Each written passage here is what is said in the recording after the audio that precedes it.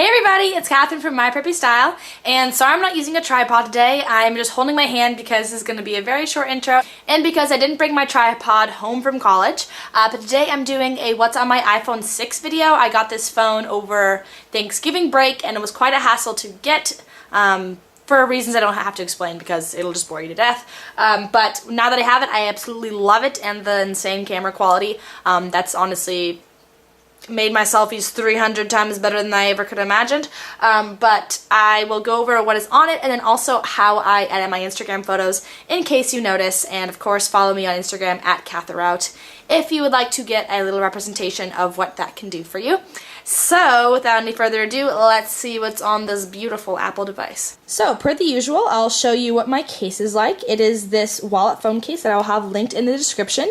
I got it on Amazon for pretty cheap. It has an amazing wristlet, which I never take off my wrist, and then it snaps with closure here, opens up, and it has 1, 2, 3, 4 spaces. I have my license in here. It's not in here right now because I didn't want you to see where I live. My debit card, which is Disney themed, my school ID, my insurance cards, also like any other stuff I need. And then there's a cash slot where I put business cards and cash and stuff like that. And then the phone actually is in a semi-case here. So it really is really good at staying inside the case and doesn't fall out like my other one. But I got the white one with silver. My background screen currently is of Disneyland. This is Baymax, all of his little balloons in front of the Star Trader arcade here. And so I actually have my fingerprint unlocked there. And this is the overall organization of my first page here. This is really just like the homeostasis of how my phone wants to operate. I just kind of arranged it by what I use, so there's no real like specific folder for anything until I get to the second page. But I like keeping my messages and my phone app up here. I like just having settings and calendar and stuff like this all up here. So photos off as a camera, reminders, weather, maps, Google search, which is an app. You could download just a lot easier than using, so I was looking up Portlandia's pilot episode, the song in it, but you can just search way easier on this app. And then Snapchat, of course, Mail, Notes, Time Hop is one of my favorite apps for sure. It shows you everything you did in 2014 on social media, or it shows you everything you did over the past few years. So I have this thing off Twitter, just really random stuff. Yik Yak, which is an anonymous Twitter site, so basically based on your location, people can just post whatever they want. So it's kind of just like a bunch of text posts, honestly, so you can organize it by hot, and yeah, just really random stuff. GroupMe is really great for group messaging. It organizes all of the groups you have, like Grexting. I don't know if you guys use that, but group texting, so that if people don't have iPhones, you can still group text a lot easier. The App Store I just left here. Honestly, I shouldn't have it on this front page, but I kind of liked how blue it was here, because I'm anal like that. The clock, at least for alarms. Uber I use in LA a good amount. If you would like to use my code to give me free Ubers, that'd be amazing. If you've never used Uber before, the first time you use it, type in Catherine B342, and I'll get a free ride up to $20 or $30, and you will too, so it'll be amazing. The Chase app is amazing because I get direct deposit now from YouTube and stuff, so I can check my bank account there.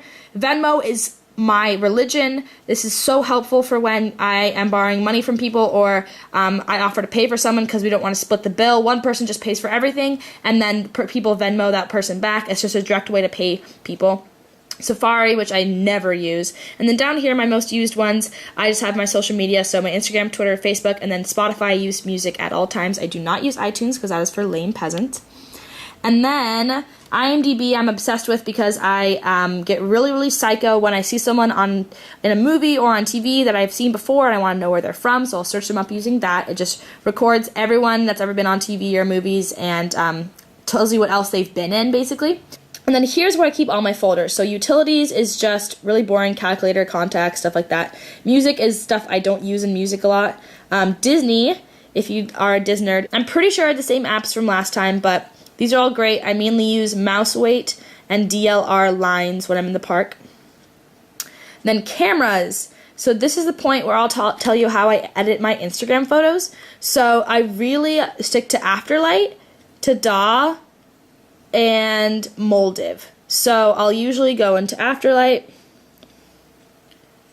then go down here. I usually clarify it a little bit. I use brightness however I want, depending on the photo. I use saturation a little bit, only up to like 10 really. Contrast, exposure I usually go up, never down. Seasons, I really like Magnolia and Mulberry. And then original, I'll use the black and white, but I like coral. I like marine. Bloom is nice too. And then as far as light leaks, I installed this instant film one, so that gives you like cool stuff at the bottom here. But it's usually too harsh on my photos, so I'll just do like light leaks. So it depends what I use, but I really like that light leak. And I like this light leak. That's just like a little bit at the bottom. And then I usually, crop it. You can also do, if you don't know, you can do this thing where you can lay stuff over it. So let's say I wanted to lay this for some reason. You like crop it, and then you can do this so that like it's double exposure. So if you want to put like two kind of artsy photos in one, you usually wouldn't do with like a portrait one and like a landscape one. If you had two landscape ones, you could put them together, but it's kind of cool. If you didn't know, that's a feature. And then these I usually don't use unless I want to put something like that around it. So yeah, that's what I do for Afterlight. I'm not actually going to use that photo, but if you want, Tada SLR, I use a lot. If you've ever seen a photo where the background of mine is blurred, I use Tada SLR. So like this is a photo of me and my best friend, and as you can see, there are a bunch of gross people in the background. But what I've already done is I've colored over this with a mask. So it's just like you just paint over here, and it turns everything in the foreground green. So I'm going to undo that. But as soon as you cover in all of the edges of this, you go ahead and press next. And you can either do all, so as you can see, it's all blurred out. If I turn the aperture up, it'll blur out and put kind of like bokeh on, but you can turn on gloss, and that really like makes the dots really bright. But that just kind of turns it in to a really cool kind of DSLR-like photo. And then Moldiv has really, really cool frames and collages. I highly recommend paying for it. But this is the way that I can do photos where if I wanted this as a square, but I didn't want the white, you can tap background and then picture, and you can actually add a photo in. But that way you don't have white space around. You can have another color or continue the black around, or whatever you want. Like you could just put anything you want around the border. So I really like that feature of this. Besides that, there's a lot of variations and styles. These are awesome. So if you can see both of these photos are in the same, and you can click shuffle and just have it like rearrange a bunch of different styles. Just really, really cool stuff. I really highly recommend this app. You do have to pay for it though. But other than that, that's basically what I do. But that's all my camera apps. And school, the My Homework app is really helpful. So I've like done all my homework, but you can add homework assignments during class when teachers announce it, and you put what class it is, what type it is, what due date is, and then it organizes it by class and like by type, so you can tell. And like there's even a calendar, so it tells you like when you have like which class you have that day. It's really, really helpful. I use that for homework, and there's an online website, so you can, if you're working on your laptop, you can look at your homework, and if you're on your phone, you can look at your homework. The next one I have is Useless-ish, is just stuff that comes from the iPhone that I never use. Chrome, I use USC Park. If you ever go to USC, this is a good map for finding out all the buildings.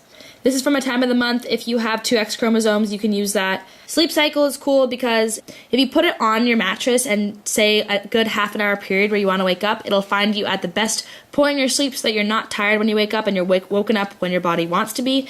But that doesn't work on in my dorm room because it always falls off my tiny mattress. Urban Spoon's great. If you're in an area you don't know where is a good place to eat, it gives you a bunch of recommendations. Best Parking finds you whatever city you're in. If it's a big city, it'll find you the cheapest parking based on how long you're staying and where you're going. That's from my campus. Tumblr is obviously self-explanatory. This photo's from Tumblr, by the way. I ran through those last things kind of quickly, but this is all it's on my iPhone. If you have any questions about apps, please leave them down below, and I'll see you in my next video. Cather out.